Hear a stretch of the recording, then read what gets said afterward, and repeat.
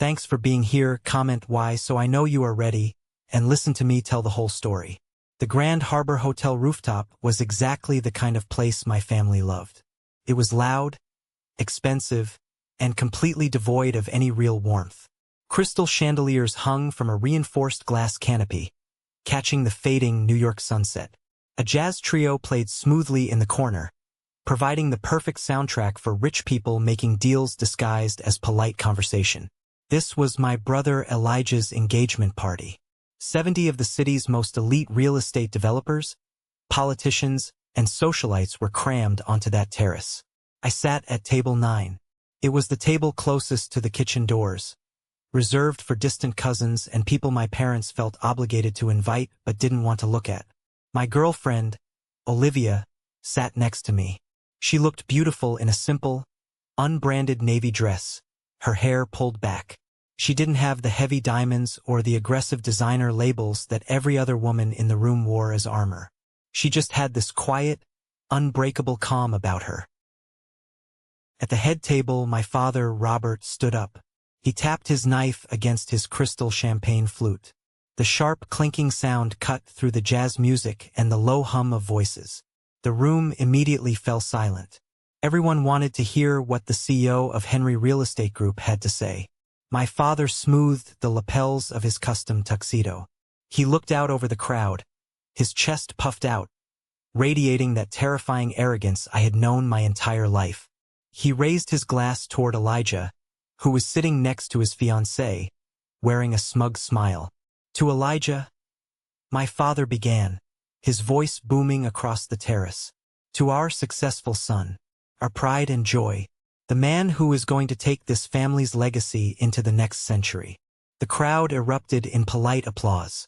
My mother, Catherine, dabbed her dry eyes with a silk napkin, playing the part of the overwhelmed, proud matriarch perfectly. Elijah raised his own glass, soaking in the admiration like a sponge. Then my father's eyes scanned the room. I knew exactly what was coming. I felt my jaw tighten. The applause died down, and my father's gaze locked onto table 9. He found me. A cruel, familiar smirk spread across his face. He leaned slightly into the microphone. "And Mason," he said. The microphone caught the sharp edge of his tone. Heads turned toward the back of the room. I felt 70 pairs of eyes heavy with pity and judgment fall onto my shoulders. "Are you still painting those little pictures? Still in love with that poor farmer of yours?" A few suppressed chuckles rippled through the crowd. My cousin Carter actually laughed out loud. My mother didn't tell my father to stop. She just took a slow sip of her wine, looking away as if she was embarrassed by my very existence. I didn't react. I kept my eyes on my plate and carefully sliced a piece of steak. I had spent 28 years building a fortress around my emotions. They wanted a reaction. They wanted me to get angry, to storm out, to prove I was the unstable disappointment they always claimed I was. I refused to give them the satisfaction. But Olivia didn't look at her plate. I felt the air shift beside me. She placed her napkin neatly on the table. She didn't look angry. She looked completely, utterly bored by my father's display of power. She stood up. The fabric of her chair scraped loudly against the marble floor. At that exact moment, the most important guest in the room, Mr. Matthew Sterling, Elijah's future father-in-law and a billionaire real estate titan my father desperately needed, turned around to see who dared to stand during the toast. Matthew's eyes widened. The color completely drained from his face. He dropped his fork, and it clattered against his porcelain plate like a gunshot. He stumbled backward, knocking into the waiter behind him. "Wait," Matthew blurted out, his voice shaking, completely abandoning his polished upper-class demeanor. He pointed a trembling finger directly at Olivia. "That's you." The jazz trio stopped playing. The waiters froze. The entire rooftop went dead quiet. All you could hear was the distant sound of city traffic far below. My father's smirk vanished, replaced by a look of sheer, panicked confusion. He thought he was sitting on the throne of his kingdom. He had no idea that the woman standing next to me held the match that was about to burn it all to the ground. To understand why the next 60 seconds completely destroyed my family's 30-year empire, you have to understand the hell I lived through to get to this seat. Growing up in the Henry household wasn't about love. It was an ongoing corporate performance review, and I was failing from the moment I was born. My brother Elijah was exactly 3 years older than me, but in my father's eyes, the gap was an ocean. Elijah was the heir. He was loud, aggressive, and demanded everything in his line of sight. I was quiet. I liked to observe. I liked the smell of oil paint and the texture of raw canvas. I learned very early on that affection in our house was a currency, and I simply didn't have the funds to buy any. I remember the day it truly solidified in my mind. I was 15. Elijah was turning 18, preparing for college. My father had invited his business partners over for a massive dinner to celebrate. During dessert, my father stood up and proudly announced that he had established a massive college fund and an early inheritance trust for Elijah, setting him up to take over the commercial division of Henry Real Estate. They handed Elijah the keys to a brand new luxury car. My mother cried tears of joy. My 15th birthday was 3 weeks later. We didn't have a party. My mother said she was exhausted from planning Elijah's events. That evening, I walked into my father's home office. I had spent 3 months carving a wooden model of our family home, painting every tiny detail by hand. It was my way of trying to speak his language, trying to show him I cared about the legacy too, just in a different way. I set the model on his heavy mahogany desk. He didn't even look up from his financial reports. "What is this, Mason?" he asked, irritation clipping his words. "It's for my birthday, Dad. I made it for you. It's the house." He finally looked at it. Then he looked at me. "Wood chips and paint. You're 15 years old, Mason. Elijah was already reading market trends at your age. Take this out of here. It's leaving dust on my desk." I stood there, my hands shaking. I picked up the model. As I walked out, I bumped the doorframe, and a small piece of the wooden roof snapped off. He didn't flinch. My mother, Catherine, was always hovering just outside these moments. She was a master of toxic mediation. Later that night, she came into my room. She didn't hug me. She just sighed, sitting on the edge of my bed, careful not to wrinkle her expensive skirt. "You have to be more understanding, Mason," she said softly, but the words felt like sandpaper. "Your brother carries a very heavy burden. He has to carry this entire family.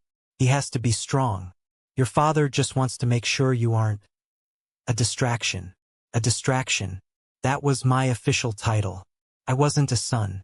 I wasn't a brother. I was a potential liability.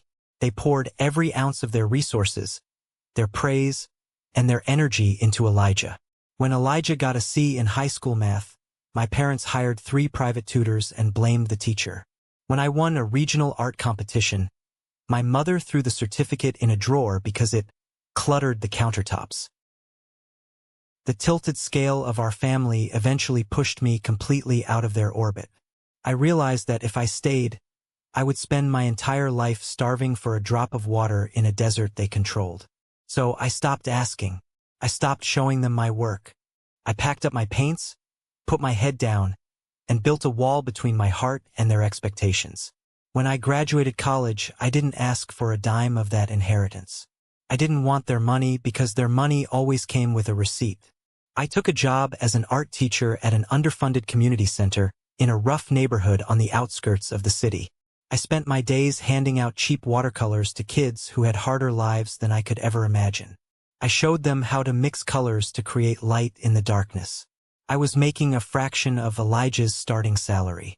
My car was 12 years old and the heater barely worked. But for the first time in my life, I could breathe. I felt useful.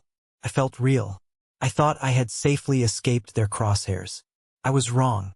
I didn't realize that in my family, you aren't allowed to just leave. If you aren't serving the empire, you are an enemy of it.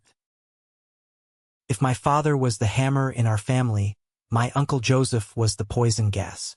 You never saw him coming until you were already choking. Joseph was my father's younger brother.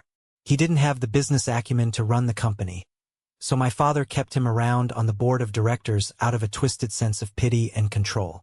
Joseph had been through a brutal divorce a few years prior. The custody battle over his kids had drained him, leaving him bitter, hollow, and desperate to prove his worth to my father. To me, though, Uncle Joseph always played the role of the sympathetic outcast. He was the guy who would pull me aside at family Thanksgiving dinners, hand me a beer, and roll his eyes at my father's arrogant speeches. "Don't let Robert get to you, kid," Joseph would say, clapping me on the shoulder. "You've got a good heart. You're doing real work out there with those kids, not just pushing papers and stealing land like the rest of us." I fell for it. I was so starved for validation from a male figure in my family that I soaked up Joseph's fake empathy. I started confiding in him. I told him about the struggles at the community center. I told him how my meager salary barely covered rent and the extra art supplies I bought for the kids.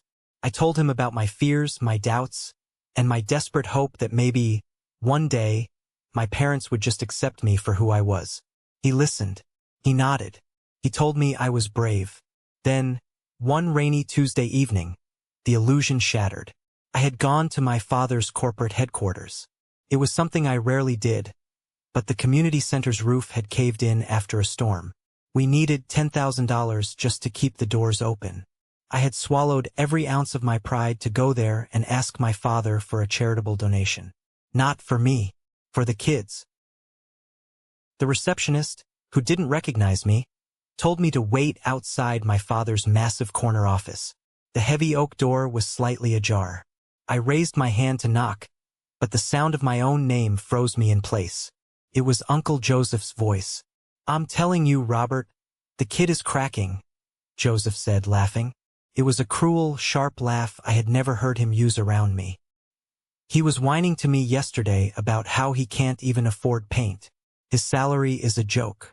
He's miserable."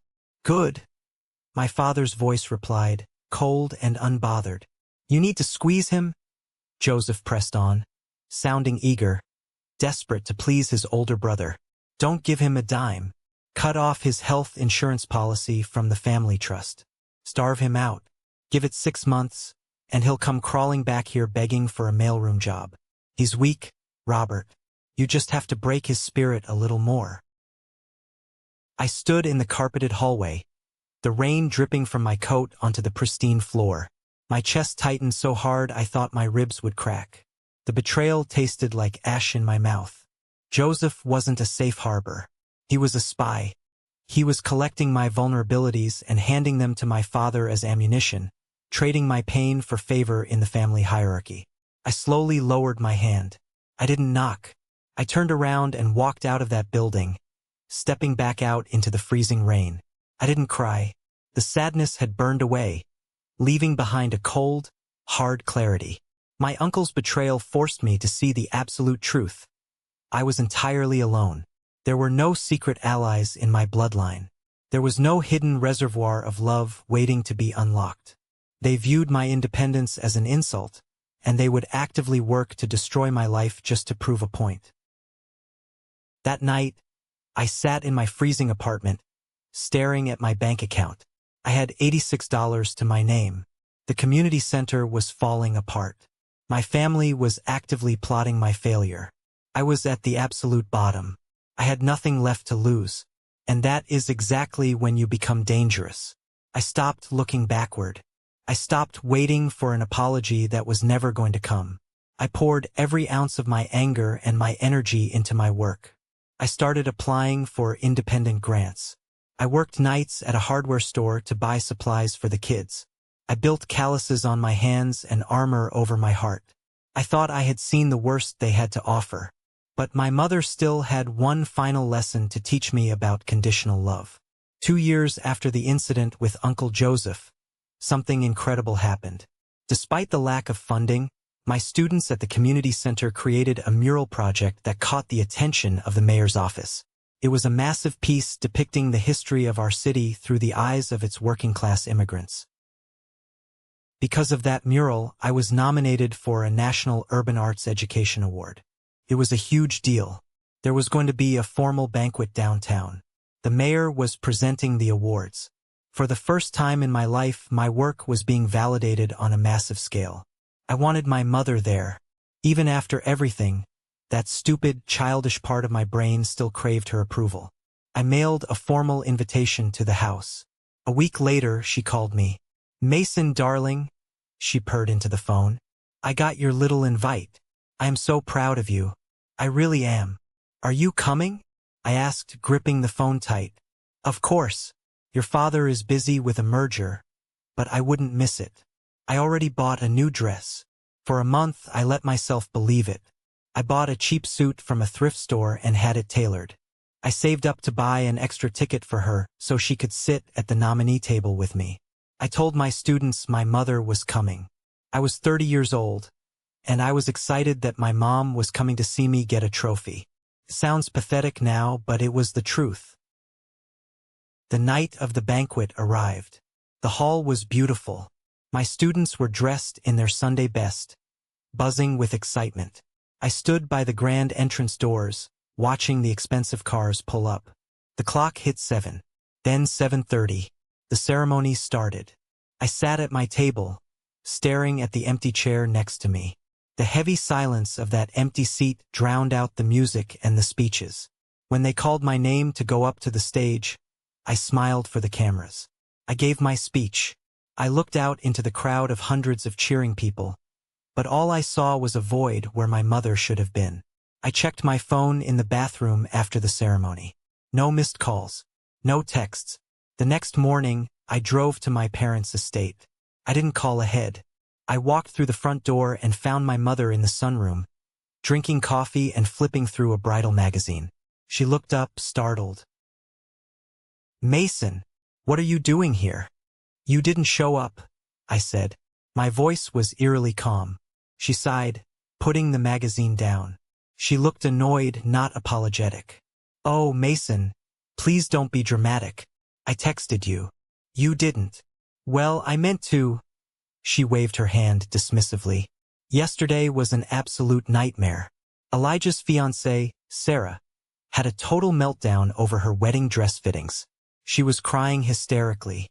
I couldn't just leave the poor girl. You understand. A wedding is a major family milestone. Your little art thing. Well, there will be other banquets." I stared at her. She wasn't lying to cover up. She genuinely believed that shopping for a wedding dress for the woman marrying her golden child was vastly more important than witnessing the greatest achievement of my life. She looked at me as if my being upset was an inconvenience to her morning coffee. She looked at my award ceremony like it was a funeral she had successfully avoided attending. "A major family milestone," I repeated softly. "Exactly," she smiled, thinking I had backed down. "I'll take you to lunch next week to make up for it. We can go to that sandwich place you like." I realized then that Catherine wasn't a victim of my father's dominance. She was an active participant in my erasure. She used the illusion of maternal love to keep me tethered, but she would cut the rope the second Elijah needed anything. "Don't worry about lunch, Mom," I said. I turned around and walked toward the door. "Mason, don't walk away when I'm speaking to you. You are being entirely too sensitive," she called out, her voice finally rising. I didn't stop. I walked out to my beat-up car, tossed the glass award onto the passenger seat, and drove away. I didn't know it yet, but closing that door behind me was the universe clearing the path. Because the very next week, I met the woman who would show me what real value looked like. I needed to get the kids out of the city. The community center was suffocating in the summer heat, so I organized a field trip. I found a listing online for a massive, independent ecological reserve about 2 hours upstate. They offered free educational tours for inner-city youth programs.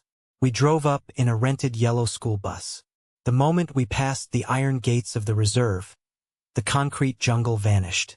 Rolling green hills, massive automated greenhouses, and acres of restored forests stretched out as far as the eye could see.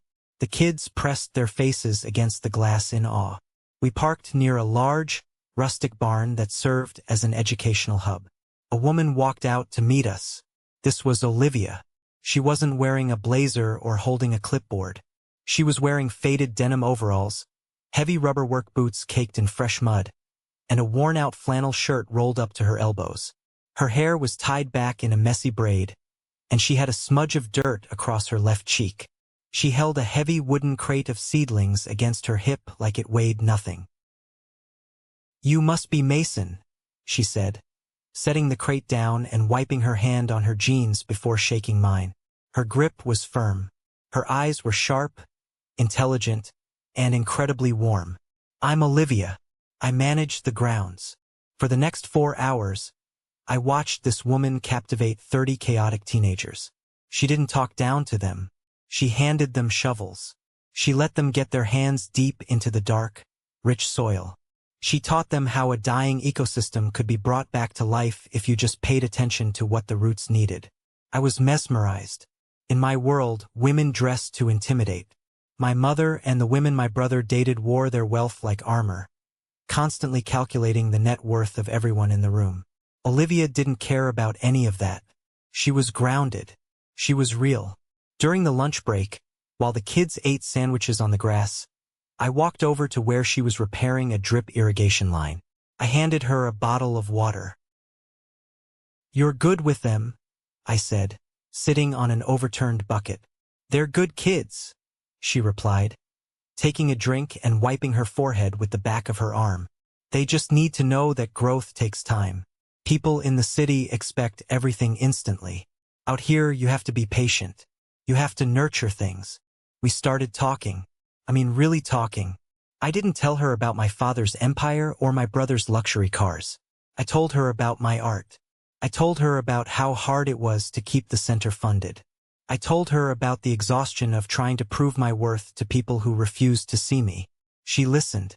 She didn't offer empty platitudes or unsolicited advice. She just looked at me with those steady eyes and said, "Value isn't something someone else assigns to you, Mason. It's what you build with your own 2 hands." I felt something shift inside my chest. A heavy, frozen block of resentment that I had carried for decades began to crack. I started driving up to the reserve on weekends. I told her I wanted to volunteer, to help her with the planting. But really, I just wanted to be near her. We spent hours working side by side in silence. We ate cheap diner food on the tailgate of her dusty pickup truck. We fell in love slowly, naturally, like a quiet sunrise. She told me she lived in a small cabin on the edge of the property. She told me she loved the quiet life. I loved her for it. I loved that she didn't care about high society. I loved that she was exactly who she appeared to be. A hardworking, brilliant woman whose hands were calloused from real labor. I was happy. Truly, deeply happy for the first time in my adult life. But my family had a radar for my happiness, and they couldn't stand it. While I was building a new life with Olivia, my past was preparing to launch a devastating attack. And the weapon they used wasn't a family member. It was my best friend.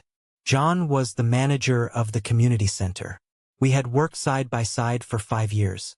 We painted walls together, chased down truants together, and split cheap pizzas when our paychecks were late. I considered him a brother, the brother Elijah never was. But I forgot a fundamental rule of the world I came from. Everyone has a price. The community center sat on a prime piece of corner real estate in a neighborhood that was rapidly gentrifying. We didn't own the building. We leased it from an old private trust. For months, John and I had been working on a massive grant proposal to buy the building outright so the kids would never lose their safe haven. I had poured hundreds of hours into drafting the legal framework and the artistic vision for the space. One Thursday afternoon, I walked into the center. The lights were mostly off. The kids hadn't arrived yet. I saw John standing by the front desk. Next to him was a man in a sharp, $1,000 suit holding a leather briefcase. A corporate lawyer. My stomach dropped. I knew that suit. I knew the aggressive posture. That lawyer worked for Henry Real Estate Group. He worked for my brother, Elijah. "John? What's going on?" I asked, walking forward. John wouldn't look me in the eye. He shuffled his feet, staring at the scuffed linoleum floor. The lawyer smiled. A predatory, terrifyingly polite smile. "Mason," the lawyer said smoothly, "we're just finalizing some paperwork. Elijah sends his regards." "Paperwork for what?" I demanded, my voice echoing in the empty hall. The lawyer handed me a crisp, white envelope. Notice of eviction. Henry Real Estate Group officially purchased this building and the surrounding block this morning. We are tearing it down to build luxury condos. You have 30 days to vacate. The words hit me like a physical blow. Couldn't breathe. I looked at John. His face was pale, sweating. John, I whispered, stepping toward him. How did they know? How did they know the trust was willing to sell?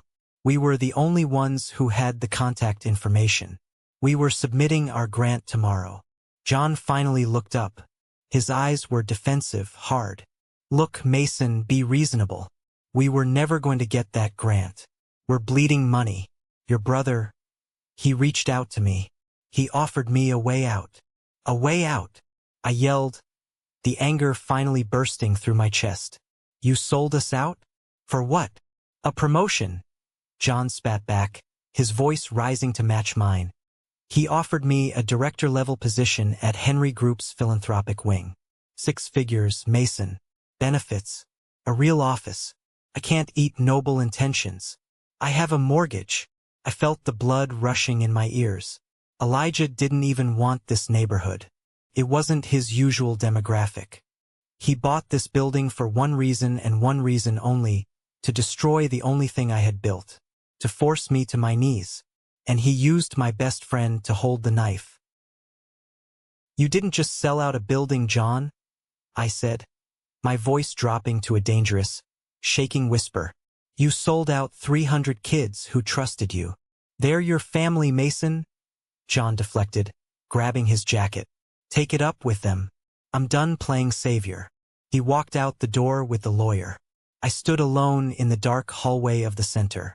I looked at the murals on the wall, the messy art supplies, the worn-out chairs. Everything I had fought for was gone, snatched away by a stroke of my brother's pen and the greed of a friend. I drove to the estate that night. I didn't cry. I was shaking with a rage so deep it felt cold. When I parked my truck outside Olivia's cabin, she came out onto the porch. She saw my face and immediately knew. She pulled me inside.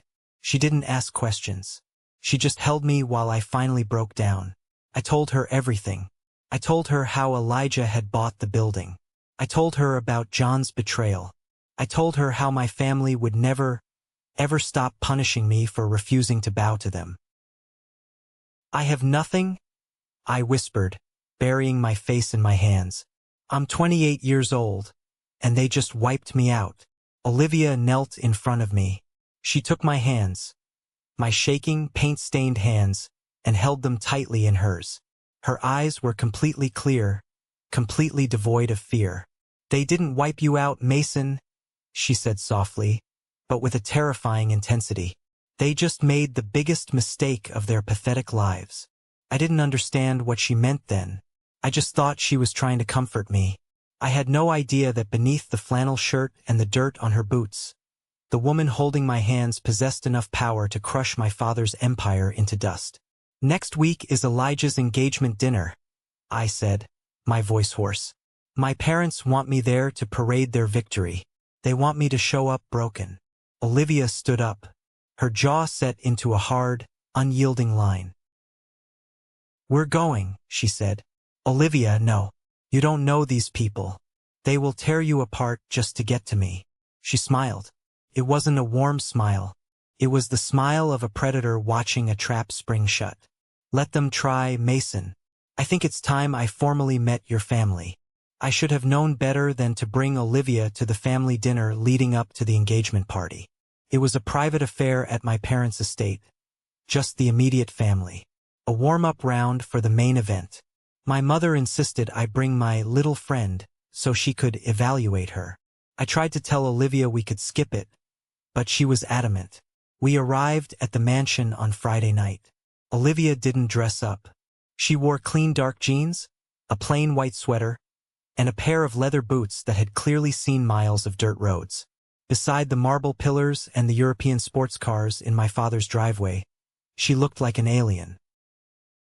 We walked into the formal dining room. The heavy oak table was set with silver and fine china. My father, Robert, sat at the head. My mother, Catherine, sat to his right, wearing a silk blouse that cost more than my car. Elijah and his fiancée, Sarah, were lounging on the velvet chairs, drinking imported wine. Carter, my obnoxious cousin who basically lived at the house, was already laughing at something Elijah said. The laughter stopped the second we walked in.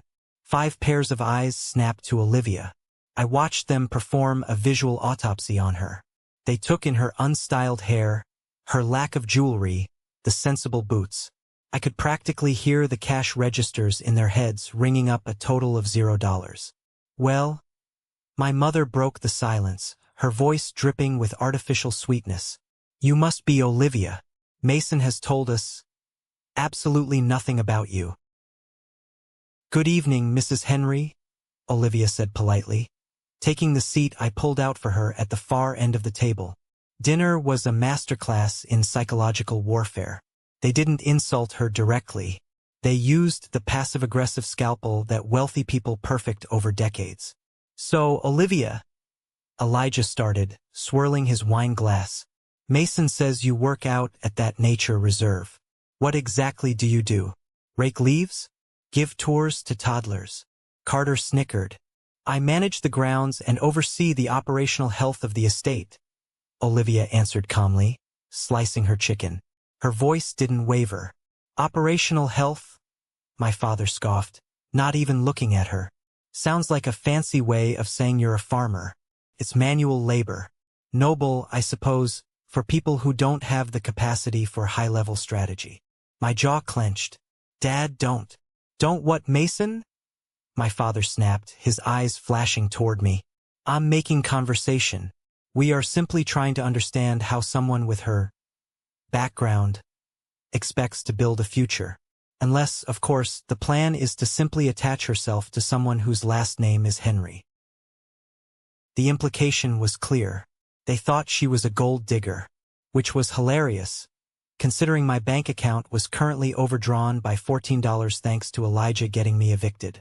I can assure you, Mr. Henry, Olivia said, setting her knife down. She looked directly down the length of the table into my father's eyes. My future is incredibly secure. I don't need anyone's last name to build my legacy. My mother let out a sharp, condescending laugh. Oh, honey, that is very cute. But idealism doesn't pay a mortgage. Catherine signaled the maid to clear the plates. While the staff moved around us, my mother reached into her designer handbag. She pulled out a thick, cream-colored envelope and slid it across the polished wood table toward Olivia. We know Mason is struggling, Catherine said, her voice lowering into a fake, conspiratorial whisper, as if she were doing us a favor. He lost his little job this week. We are fully aware of the financial reality. I assume you don't have the means to support him either. This envelope has $10,000 in cash. The room went dead silent. Even Elijah looked slightly surprised by how blunt my mother was being. Mom, I growled, standing up. Are you insane? Put that away. Sit down, Mason, my father barked. My mother ignored me, keeping her eyes locked on Olivia. Take the money, Olivia. Go buy yourself a nice wardrobe. Maybe start a little flower shop. But I want you to understand that Mason is a sinking ship. If you stay with him, you will drown.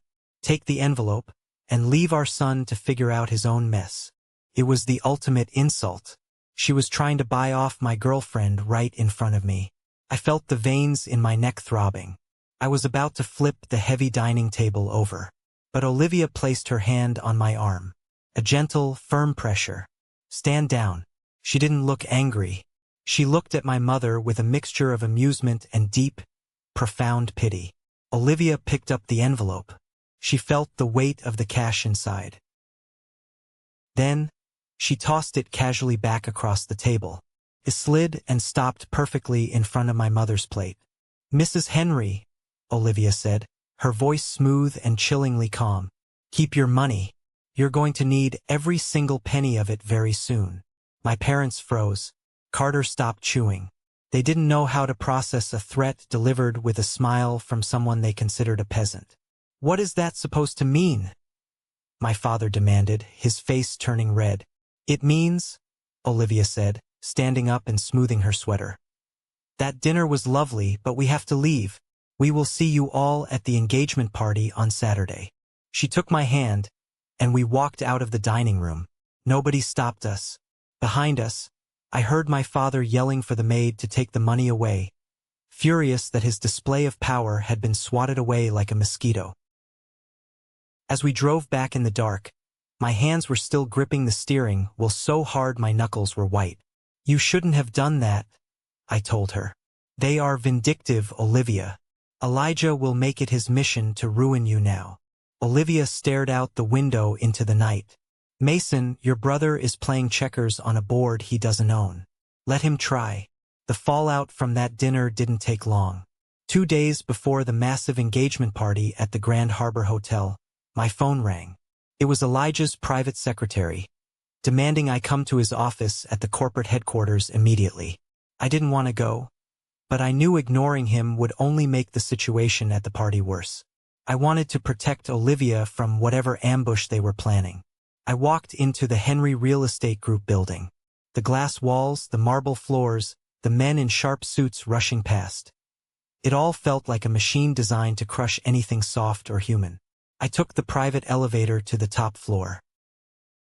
Elijah's office was absurdly large. He had floor-to-ceiling windows looking over the Manhattan skyline. He was sitting behind a glass desk, aggressively tapping a silver pen against a thick legal folder. He didn't look up when I walked in. "Close the door," he ordered. I shut the heavy oak door. "What do you want, Elijah? Haven't you done enough? You took the community center. You won." He finally looked at me. There was no triumph in his eyes. There was stress. Deep, dark bags under his eyes that his expensive concealer couldn't hide.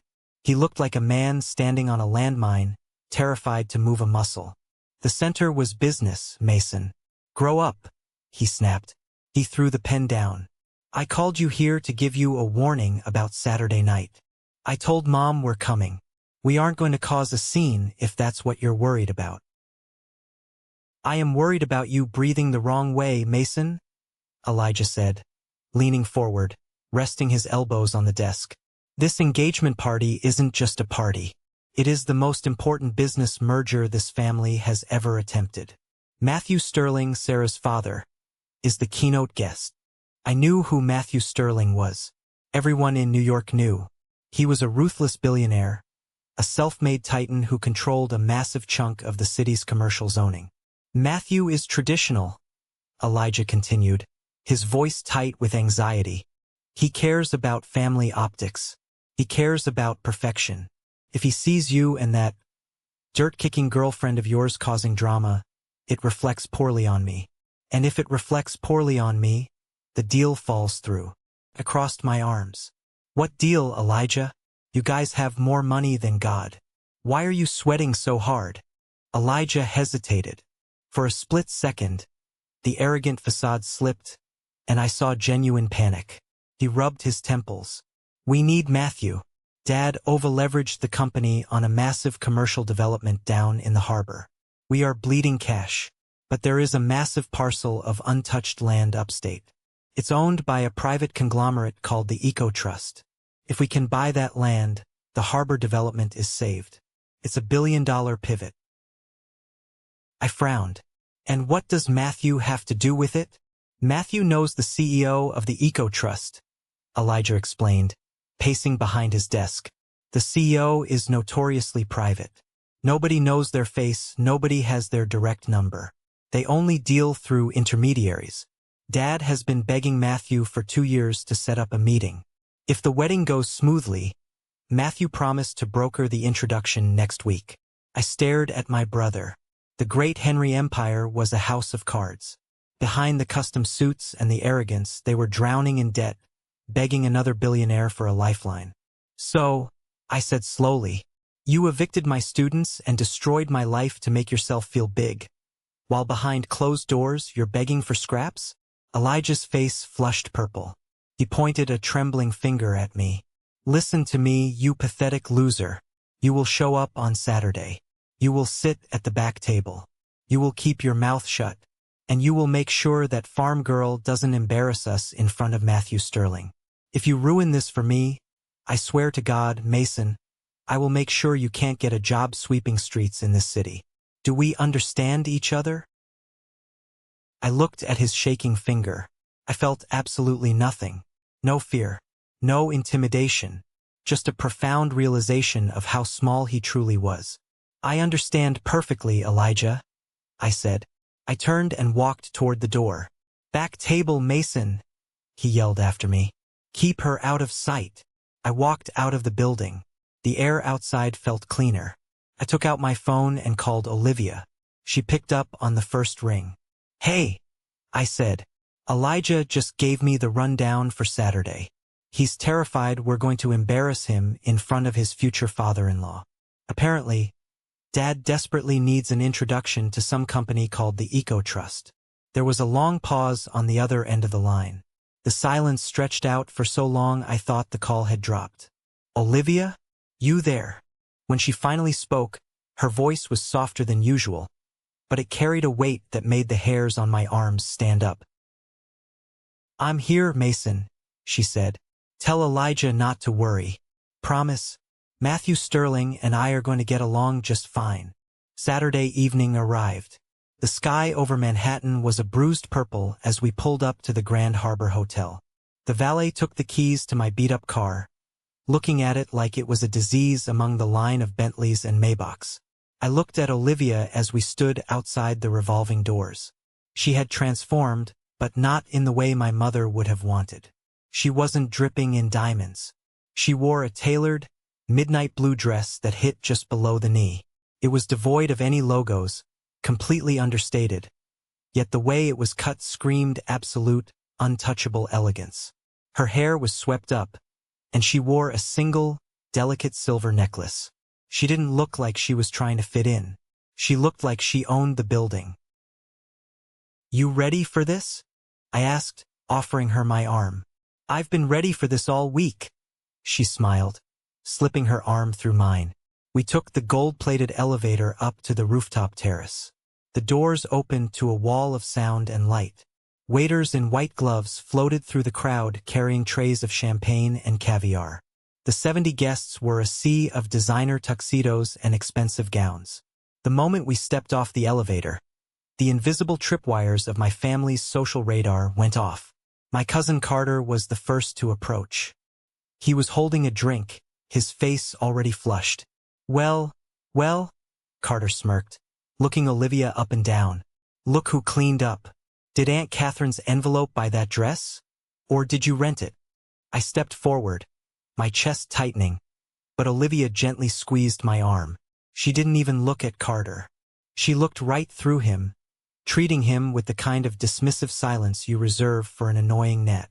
Carter's smirk faltered under her absolute lack of reaction, and he awkwardly slinked away back into the crowd. We found our seats at table 9, tucked away near the service doors exactly as Elijah had ordered. I watched the room. It was fascinating to see the power dynamics play out in real time. My father was working the room like a desperate politician, shaking hands, laughing too loudly at jokes that weren't funny. My mother was hovering near Sarah, the bride-to-be, adjusting the girl's veil and playing the devoted mother-in-law. Then the atmosphere in the room physically shifted. The elevator doors opened, and a hush fell over the crowd near the entrance. Mr. Matthew Sterling had arrived. He was a tall, imposing man with silver hair and a sharp, calculating gaze. He didn't smile as he walked in. He moved with the heavy, undeniable gravity of a man who could destroy a company with a phone call. My father practically shoved 2 guests out of the way to get to him. Matthew, my friend. Thank you so much for coming. Robert was bowing his head slightly, his posture completely submissive. It was sickening to watch the man who had terrorized me my entire life grovel like a dog. Matthew shook my father's hand briefly. Robert, beautiful venue. Sarah looks lovely. Yes, Elijah is a lucky man. My father beamed, gesturing toward the head table. Please, right this way to the VIP section. Matthew began walking through the crowd, led by my father. Their path took them directly past table 9. I tensed up, expecting my father to throw a glare my way to ensure I stayed quiet. But Robert didn't even look at me. He was too focused on Matthew. As Matthew walked past our table, he happened to glance down. I saw it happen in slow motion. Matthew's eyes swept over me and landed on Olivia. For a fraction of a second, the billionaire's confidence stride completely broke. He physically stumbled, his expensive leather shoe catching on the carpet. His eyes widened, and he opened his mouth to speak.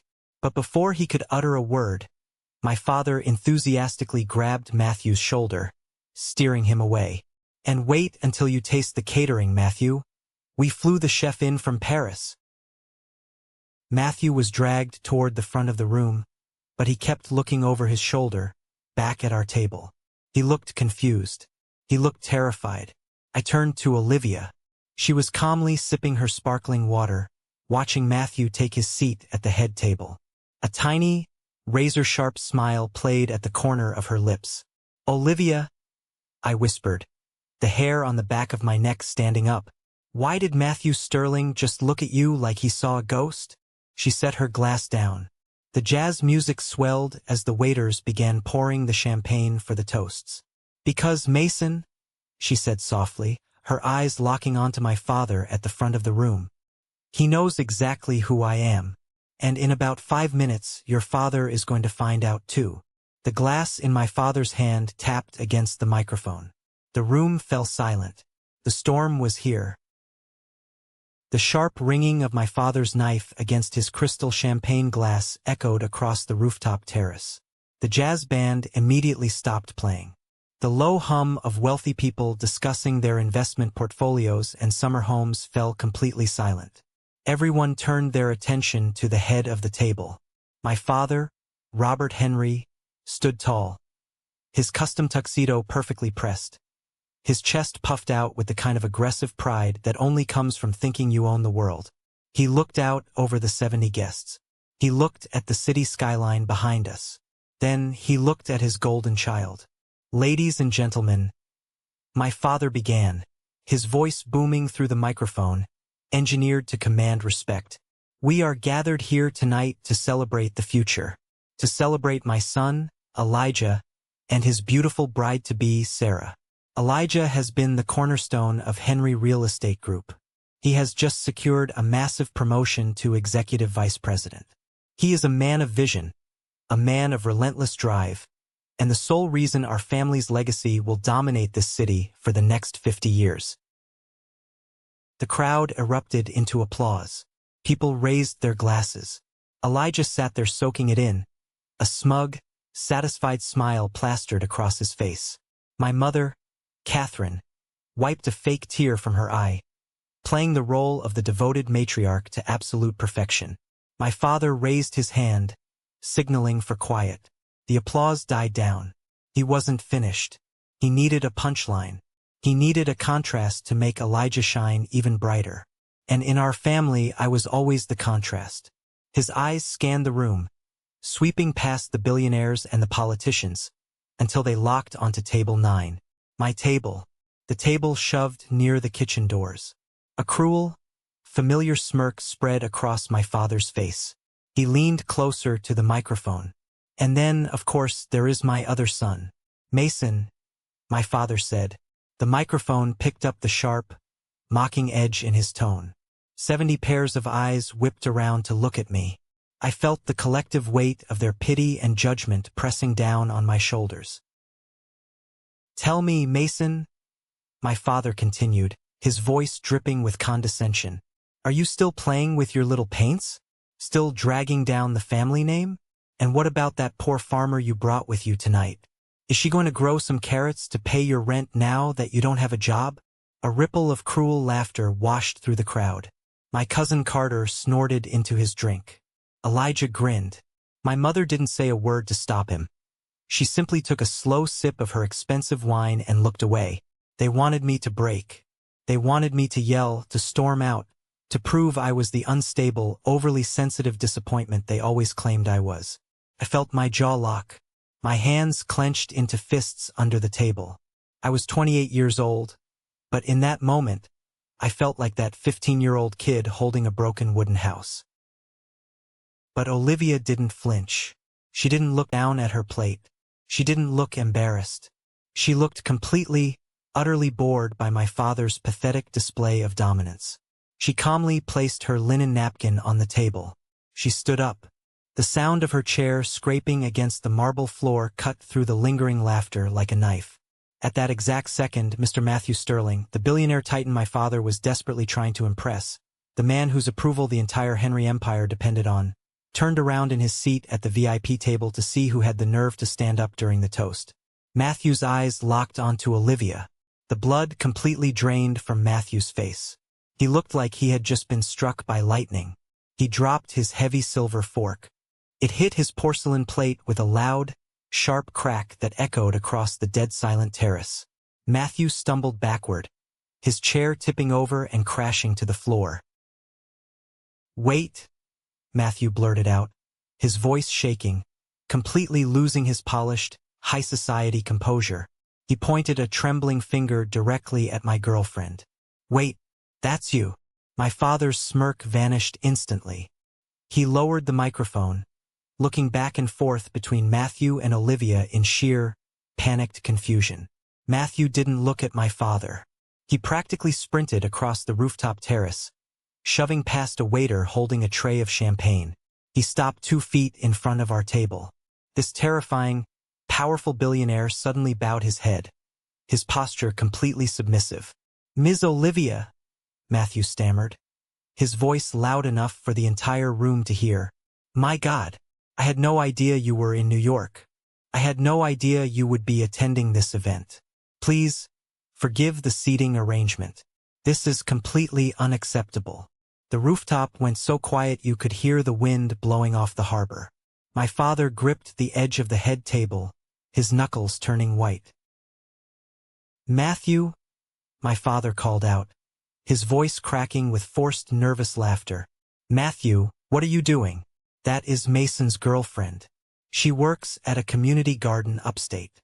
Matthew slowly turned around to face my father. The look of absolute disgust on Matthew's face was something I will never forget.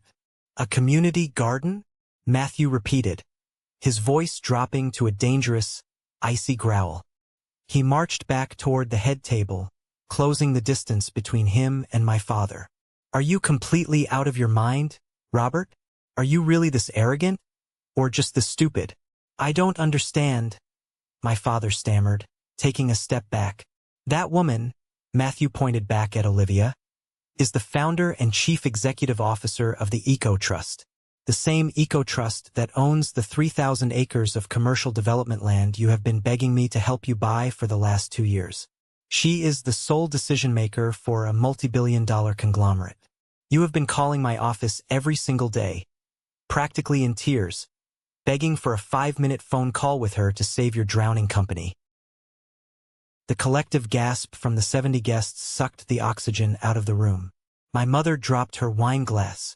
It shattered on the floor, red wine bleeding into the white carpet.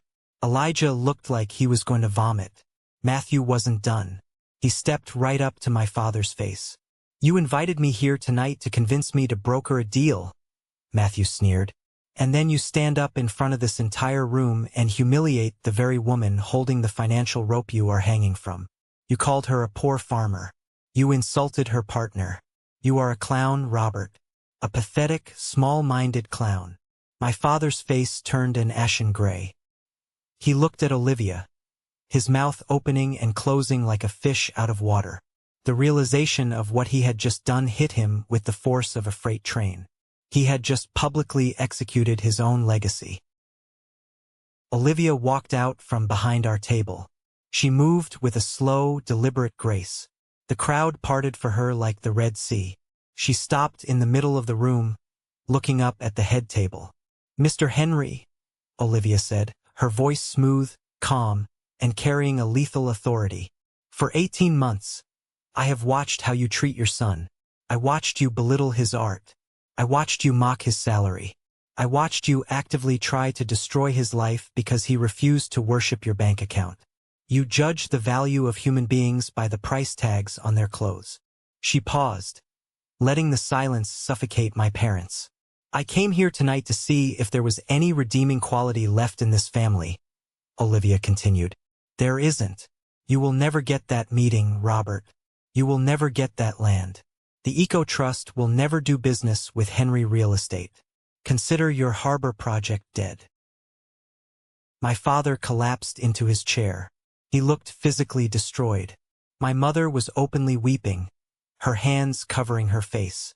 Elijah was staring at the table, completely paralyzed. I walked up to stand next to Olivia.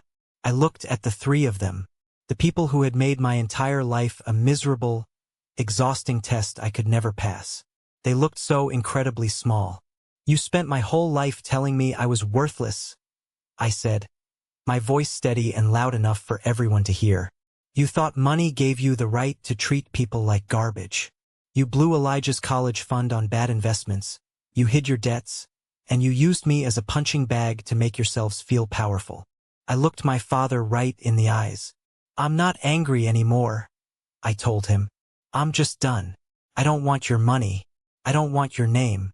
And I never want to see any of you again. I took Olivia's hand. We turned around and walked toward the elevator. Nobody said a word. Nobody tried to stop us. The only sound was the clicking of Olivia's heels against the marble floor. We stepped into the elevator. The brass doors slid shut, and we left my family sitting in the ruins of their own arrogance. The silence in the elevator on the way down to the lobby was the best sound I had ever heard in my life. It wasn't the heavy, oppressive silence of my childhood home. It was clean. It was the sound of a chain finally snapping. We walked out of the hotel, got into my beat-up car, and drove away. We didn't celebrate. We just rolled the windows down and breathed in the night air. For the first time in 28 years, I felt entirely wonderfully free. But the universe wasn't done balancing the scales. The fallout from that night at the Grand Harbor Hotel was swift, brutal, and absolute. 3 days later, I was sitting on the porch of Olivia's cabin, drinking coffee and watching the morning fog roll over the trees. My phone started buzzing on the wooden table. I looked at the screen. It was Elijah. I let it ring until it went to voicemail. 10 seconds later, it started buzzing again. I picked it up. Mason! Elijah's voice cracked the second I answered. He wasn't yelling. He was sobbing. He sounded like a terrified child. Mason, please. You have to talk to her. You have to fix this. I don't have to do anything, Elijah, I said calmly, taking a sip of my coffee. What happened? He practically choked on his words. Matthew pulled out. He canceled everything. Sarah called off the wedding this morning. She moved out. Matthew told his entire network what Dad did at the party. He told them Dad is unstable and financially toxic. All our investors are running. The banks called in the loans for the harbor project. I felt a brief, fleeting moment of pity, but I remembered the eviction notice he handed me with a smile. I remembered my students crying when the community center doors were locked. Actions have consequences, Elijah, I said. You guys built a house out of arrogance. A strong wind was always going to knock it down. It's worse than that, Elijah whispered, panic fully taking over his voice. Dad ordered a full emergency audit to try and scrape together enough liquid cash to pay off the bank. The auditors, they found my accounts. I sat up a little straighter. What accounts? Elijah broke down completely. Through the tears and the hyperventilating, the truth finally spilled out. The golden child, the brilliant executive vice president, was a complete fraud. For the last 3 years, Elijah had been secretly embezzling millions of dollars from the company's operational funds. He had taken massive, reckless gambles on offshore cryptocurrency schemes that completely tanked. He was drowning in personal debt from high-stakes gambling and luxury car leases he couldn't afford. I tried to fix it, Elijah cried. I thought if I bought the land your community center was on, I could flip it to a commercial developer quickly and cover my tracks before the audit. That's why I evicted you, Mason. I needed the cash immediately. I was desperate. He hadn't targeted my center just out of spite. He targeted it because he was a desperate criminal trying to hide his own incompetence. The great, untouchable Elijah was nothing but a thief in $1,000 suit. What did Dad do? I asked, my voice completely flat. He lost his mind, Elijah sobbed. He threw a glass at the wall. He fired me on the spot. He's talking to a lawyer right now to see if he can avoid going to prison for my financial mismanagement. Mason, please. If Olivia just signs the land deal for the Eco Trust, the banks will back off. I'll go to rehab. I'll do whatever you want. Please save us. You don't get it, Elijah, I said. There is no us. You burned that bridge a long time ago. Call a lawyer. I hung up the phone and blocked his number. Over the next month, I watched the Henry Real Estate Group collapse from a distance. It was on the local news. Without Matthew Sterling's backing and the Eco Trust land deal, the harbor project defaulted. The banks seized my father's corporate headquarters. The company was forced to file for bankruptcy protection. My Uncle Joseph, the man who had played both sides and fed my father information to ruin me, lost his cushy board seat and his salary. He tried to sue my father for severance, which only dragged the family name further through the mud in a messy, public legal battle. It was like watching a group of sharks turn on each other the second the water got warm. My mother, Catherine, suffered perhaps the most painful defeat of all for a woman in her position. Her social standing evaporated overnight. The wealthy elite of New York do not tolerate public embarrassment or financial failure. She was quietly removed from the boards of her charity organizations. Her invitations to galas stopped coming. The country club suspended their membership due to unpaid dues. She had spent her entire life judging people by their wealth, and now she had to wake up every morning and look in the mirror at a woman who had absolutely nothing left but a ruined reputation. It felt like a funeral for a family I never really had. I didn't rejoice in their pain, but I didn't mourn them either. I was too busy building my own life. 6 months passed. The winter thawed into a bright, vibrant spring. Without the crushing weight of my family's judgment, my life flourished in ways I never thought possible. With Olivia's guidance, I applied for federal grants using a new nonprofit structure. We didn't just get the funding. We received a massive endowment from an independent arts foundation. I opened a brand new, state-of-the-art community center on the other side of the city. We had real studios, top-tier supplies, and enough space to help double the number of kids. It was a Tuesday afternoon. I was in the main studio, helping a group of teenagers mix acrylics for a mural, when the receptionist walked in. She looked incredibly uncomfortable.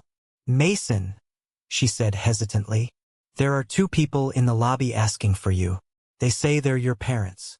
I put my paintbrush down. I wiped my hands on a rag, took a deep breath, and walked out to the front. My father and mother were standing near the entrance, looking completely out of place among the bright finger paintings and the worn couches.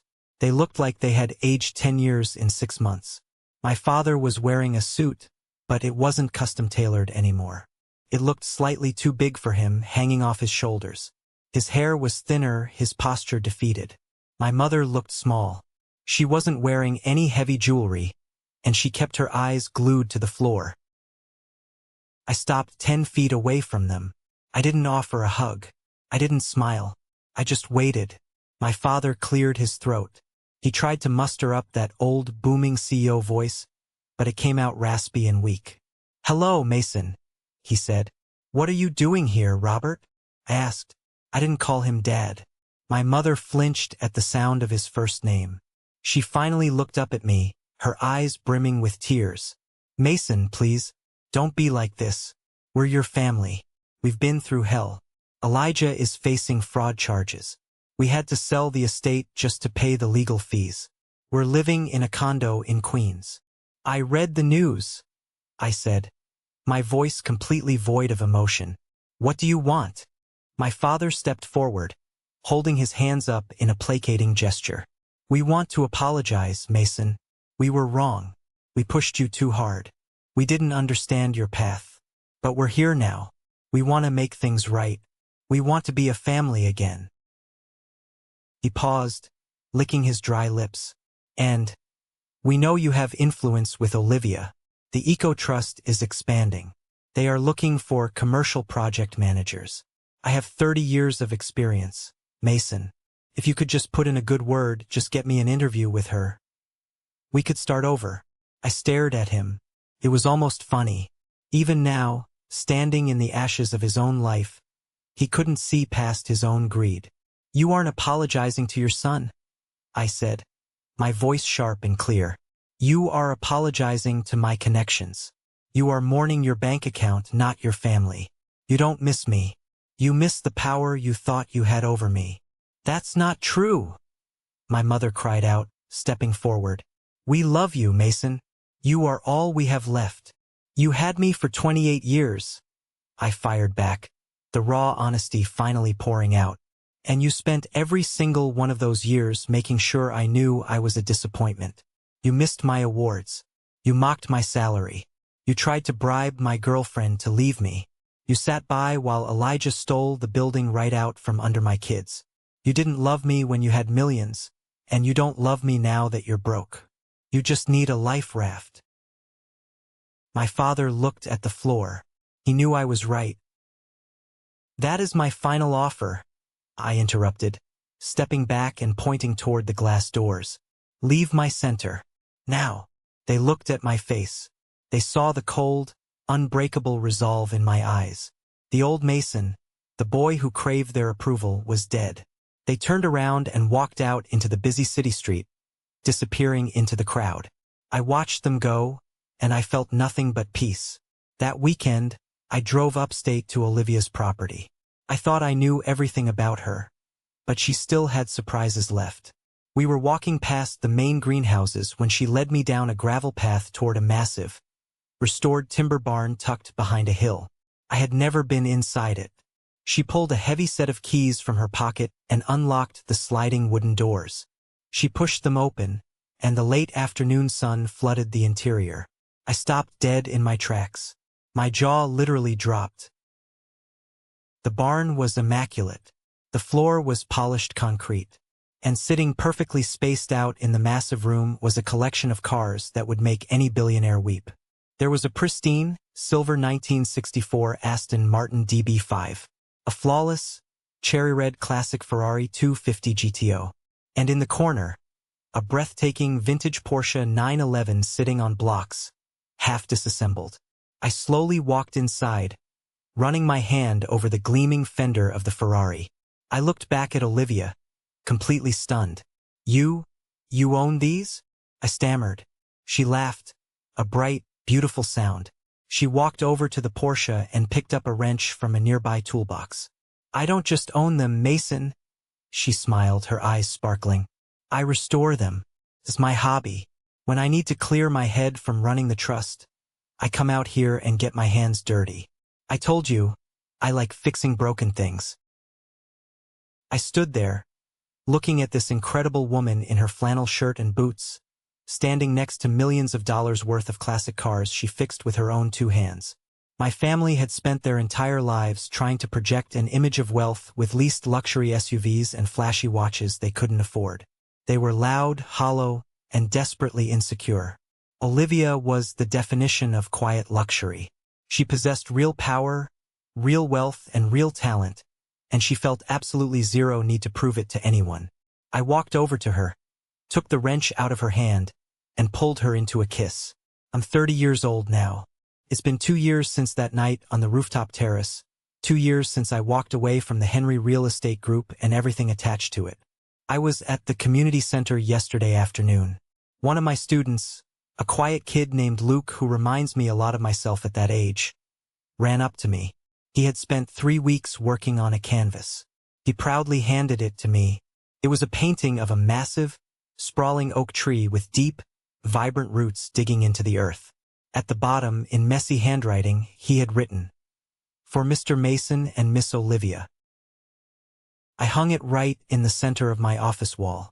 It is the most valuable piece of art I own. People ask me sometimes if I regret walking away. They ask if I miss the safety net of coming from a wealthy family, or if I ever feel guilty for cutting my parents out of my life. My answer is always the same. No. Not even for a single second.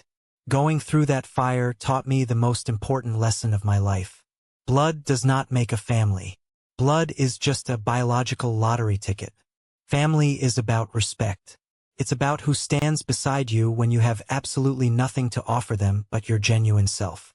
Family is the people who nurture your roots, not the people who constantly threaten to cut down your branches just to build their own thrones. My father and brother spent their entire lives chasing a definition of success that was entirely based on making other people feel small. They measured their worth by the price tag on their suits and the fear in their employees' eyes. And in the end, that relentless, arrogant pursuit left them with absolutely nothing. No empire, no legacy, no family, just a pile of debt and a hollow reputation. I used to think that the best revenge would be to stand over them and watch them suffer. I used to fantasize about screaming in their faces and making them feel the pain they caused me. But I realized that true revenge doesn't look like anger. True revenge looks like absolute, unbothered happiness. Revenge is waking up on a Sunday morning, making coffee in the kitchen of the eco-estate, and watching Olivia laugh as she wrestles with our 2 rescue dogs in the yard. Revenge is looking at the bank account for my community center and seeing it fully funded, knowing we are actually changing kids' lives.